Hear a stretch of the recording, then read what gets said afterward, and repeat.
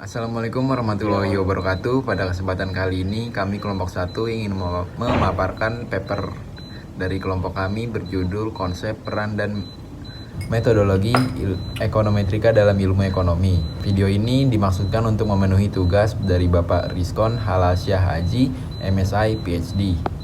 Nama saya Syauki Hafiz dengan NIM akhir 088. Nama saya Muhammad Rizky Fadilah dengan NIM akhir 140.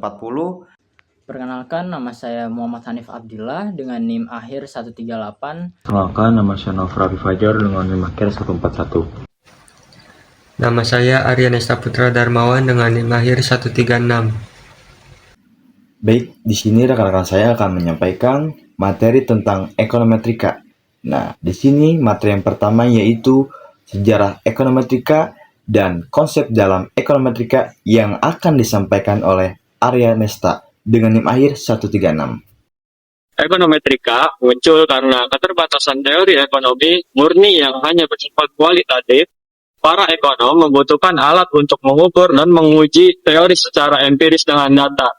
Istilah econometrics pertama kali diperkenalkan oleh Ragnar Frisch pada tahun 1926. Ia mendefinisikan ekonometrika sebagai gabungan antara teori ekonomi, matematika, dan statistika untuk memberikan bentuk kuantitatif terhadap fenomena ekonomi. Menurut Kocianis, 1977, ekonometrika adalah penerapan metode statistik dan matematika pada data ekonomi untuk memberikan makna empiris terhadap hubungan ekonomi teoritis. Woolrich 2016 menambahkan bahwa ekonometrika tidak hanya menguji teori, tetapi juga memprediksi fenomena ekonomi. Karakteristik utama ekonometrika adalah fokus pada hubungan kausal dan penggunaan data observasional. Dengan demikian, ekonometrika menjadi alat penting untuk memahami fenomena ekonomi, membuat prediksi, dan mendukung evaluasi kebijakan. Baik, materi selanjutnya yaitu peran penting ekonometrika dalam ilmu ekonomi yang akan disampaikan oleh Nova Rafi Fajar dengan NIM akhir 141.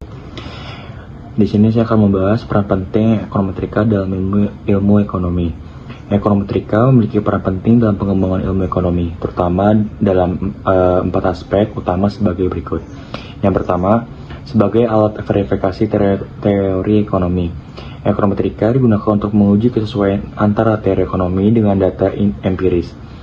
Dengan demikian, teori tidak hanya bersifat abstrak, tetapi juga dapat dibuktikan secara kuantitatif. Lalu yang kedua, prediksi dan peramalan. Ekonometrika berperan penting dalam melakukan prediksi terhadap variabel ekonomi di masa depan. Akurasi peramalan sangat dipengaruhi oleh kualitas data yang digunakan, serta ketetapan model ekonometrika yang dipilih. Lalu yang ketiga, evaluasi kebijakan ekonomi. Ekonometrika menyediakan metode untuk menilai efektivitas suatu kebijakan dengan pendekatan analisis kausal. Dan yang keempat, pemahaman hubungan ekonomi yang kompleks. Ekonometrika membantu penganalisis interaksi antar variabel ekonomi yang saling mempengaruhi, sehingga memberikan pemahaman lebih mendalam terhadap fenomena ekonomi modern. Baik, materi selanjutnya yaitu metodologi ekonometrika yang akan disampaikan oleh Ananda Syauki Hafiz dengan NIM akhir 088. Selanjutnya ada metode ekonometrika. Yang pertama ada model regresi linear dasar. Metode ini merupakan pondasi ekonometrika dengan menggunakan ordinary least squares (OLS) atau generalized least squares (GLS). Tujuannya adalah mengestimasi hubungan antara variabel independen. Bisa dilihat bahwa persamaannya adalah variabel Y sama dengan delta 1 variabel 1 ditambah delta 2 variabel 2 hingga error. Yang kedua ada model variabel dummy. Model ini digunakan untuk menangkap pengaruh variabel kualitatif atau kategori dalam regresi seperti kebijakan, jenis kelamin, atau musim. Yang ketiga ada model data panel. Data panel menggabungkan dimensi waktu, time series, dan unit atau cross section sehingga memungkinkan analisis yang lebih kaya. Metode umumnya adalah fixed effect model atau FEM dan random effect model atau REM. Yang selanjutnya ada non-linear. Yang pertama dari regresi non-linear.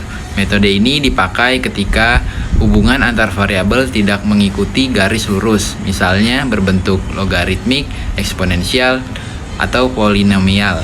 Estimasi biasanya dilakukan dengan non-linear. least squares atau NLLS. Yang kedua ada model time series. Model ini digunakan untuk menganalisis data yang berbentuk runtun waktu. Beberapa metode populer adalah ARIMA untuk peramalan jangka pendek, VAR analisis hubungan antar variabel dinamis, dan GARCH untuk volatilitas. Model selanjutnya adalah model variabel terbatas. Metode ini digunakan ketika variabel dependen terbatas, misalnya bersifat dikotomi, ordinal, atau terpotong. Metode yang sering digunakan adalah logit, probit, dan tobit. Baik, materi selanjutnya yaitu data dalam ekonometrika yang akan disampaikan oleh Muhammad Hanif Abdillah dengan NIM AHIR 138. Lalu selanjutnya ada data dalam ekonometrika. Data merupakan bahan baku utama yang esensial dalam setiap analisis ekonometrika.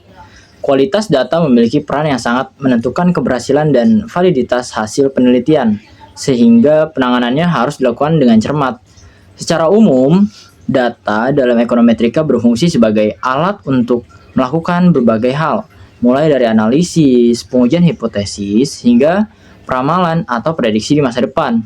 Berdasarkan dimensi waktu dan unit observasi, terdapat 3 jenis data pokok yang digunakan. Yang pertama ada time series data.